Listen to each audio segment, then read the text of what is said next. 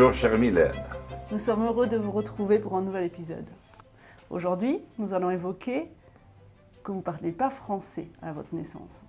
À la maison, on parle béarnais. Vous apprenez très tôt aussi l'espagnol au contact des bergers qui se trouvent pas loin d'ici. Vous êtes également proche de la culture espagnole par vos tantes qui épousent des Espagnols fuyant le régime de Franco. Racontez-nous ce mélange de culture. Oui, d'abord le béarnais, je ne suis pas le seul dans le village. À peu près la moitié des familles avaient fait le même choix que celui de papa et maman. Nous apprendre le béarnais parce que c'est une langue avec l'Académie du Béarn, de la souche gasconne, qui a très bien résisté au temps. Il est vrai que la proximité de nos amis basques, avec cette langue dont on ne sait toujours pas d'où elle est venue, pas plus que les Basques d'ailleurs, mais qui eux savent où ils vont. J'ai eu la chance d'être député des deux, a créé une émulation qui a fait que nous n'avons pas perdu, comme dans beaucoup d'autres régions de France, cette langue totalement. Puis après, des écoles sont arrivées telles que les Calandretos, etc., les Icastola et d'autres ailleurs. Papa pensait que si je n'apprenais pas le béarnais enfant, je ne l'apprendrais jamais. Et il considérait que plus tard, je pourrais le regretter. Je me dis combien il avait raison en regardant aujourd'hui mes propres fils, à qui je n'ai pas été capable de reproduire, transmettre. Bon, j'ai une petite circonstance atténuante. C'est que contrairement à tout ce qu'on pense, c'est souvent la langue de la maman qui l'emporte. Du moins, avec notre art de vivre. La langue maternelle. Oui, oui. Parce que la maman est présente à tous les instants, donc elle a sa langue. Et moi, lorsque j'essayais au bout d'un moment de parler béarnais, mais je disais, mais qu'est-ce qu'il raconte, mais à quoi ça sert? Pourtant, ma femme a été très bienveillante, essayait de m'accompagner, elle comprenait parfaitement ce que je voulais faire. Mais il faut vraiment le parler, tout le temps.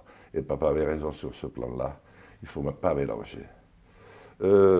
Puis c'est vrai que depuis l'âge d'un an, puisque cela m'a été raconté suffisamment de fois pour que je sois certain, j'ai fait ma première transhumance sur le dos d'un âne, dans un bas, où papa m'avait placé d'un côté, calé avec des petits coussins, et de l'autre côté, un potiron, à peu près du même poids que moi, pour équilibrer, et que je ne tombe pas sous l'âne. Et il y avait 80 km de route, et puis après 6 ou 7 heures à monter pour arriver à la cabane à 2700 mètres d'altitude, la cabane d'Estains, en très haute vallée d'Aspe, sur territoire espagnol.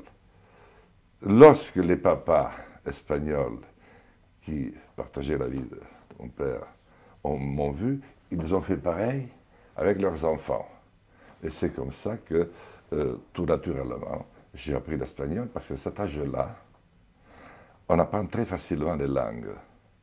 J'y reviendrai parce que pour moi, c'est un élément très important et à mon avis, trop perdu de vue. J'ai appris donc l'espagnol, mêlé de, comment je devrais dire, d'une langue régionale aussi, le cheso, qui est la langue des Aragonais. Et me suis éveillé dans cet univers que j'ai tant aimé, celui du Haut-Aragon, avec cette langue espagnole extraordinaire, ce territoire de liberté infinie, de chlorophylle, de merveilleuse musique, les jotas endiablées, il faut en avoir écouté une pour savoir ce que cela représente, tant sur le plan du chant que de la danse. Dans ce pays de liberté, réfractaire à toute forme d'obligation immorale. Voilà. Et il faisait si beau, et j'étais si heureux, qu'effectivement, je suis arrivé à 6 ans, je ne parlais pas un traître mot de français. Alors, au regard de cet apprentissage des langues comme ça, quelle est la place pour vous aujourd'hui des langues régionales ou des langues vernaculaires qui ont été perdues à une certaine époque et qui reviennent aujourd'hui et qui serait, est-ce que pour vous ça représente un ancrage ou quelque chose qui est nécessaire dans l'éducation d'un enfant? C'est l'un des grands accidents de la Révolution.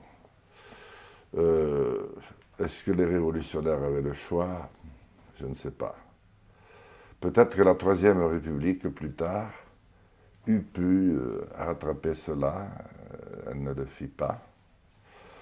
Mais cela a constitué une perte irréparable pour notre pays, dont la construction est si singulière. Parce que notre pays s'est construit autour du roi, en s'agrandissant, en réunissant les provinces tellement différentes, mais qui apportaient, et souvent d'une manière très ensanglantée. Il ne faut quand même pas oublier que nous, les Armagnacs, avons fait appel aux Anglais, qui d'ailleurs en ont profité pour rester 100 ans, tandis que les Bourguignons faisaient appel en gros à des Prussiens, qui n'étaient guère plus charmants et qui le sont restés tout autant. Voilà. Mais c'est autour de cela, du roi, les provinces, un État qui a pris en France une part si unique et singulière, et puis quelqu'un d'autre que je ne retrouve pas aujourd'hui, c'était Dieu. Et il avait l'immense mérite d'accompagner toute décision et de la rendre quasi indiscutable. Et son absence, aujourd'hui, paraît difficile pour tous ceux qui ont une once de responsabilité. Donc je pense qu'il faut retrouver ces langues, parce que ces langues, c'est aussi la vie de toutes ces provinces.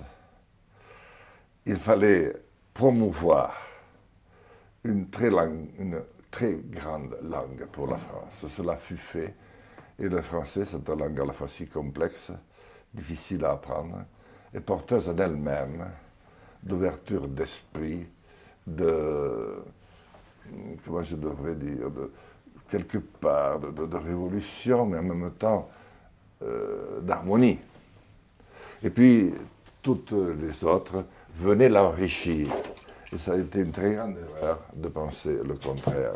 Parce qu'aujourd'hui, ce n'est pas les langues régionales, toutes quasiment disparues, qui portent outrage, qui font outrage aux Français, qui disparaît de plus en plus de la scène mondiale, après avoir été la première langue la plus parlée, puis longtemps à égalité avec l'anglais, la seconde peut-être.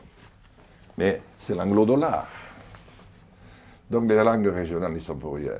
Donc moi je demande dans mon projet, vu la facilité que les enfants ont à apprendre les langues, que l'on apprenne dès la maternelle, et le français, et la langue de la province.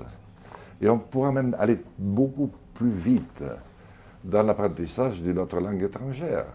Et pour moi, à partir du moment où il est clair pour tout le monde que l'on apprend d'abord le français, qu'on apprend le béarnais, eh bien, peu importe quelle soit l'autre langue, que l'on apprenne l'anglais, l'allemand, l'espagnol, il faut apprendre surtout l'espagnol, l'italien.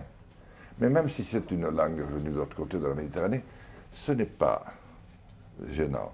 Par contre, il ne faut pas tergiverser sur le fait qu'il n'y en a une que l'on doit apprendre à n'importe quel prix. Moi, j'ai été capable de l'apprendre à partir de 6 ans, alors que je n'en possédais pas un traître mot, donc je peux quand même comprendre ceux qui sont dans le même cas que moi, c'est le français.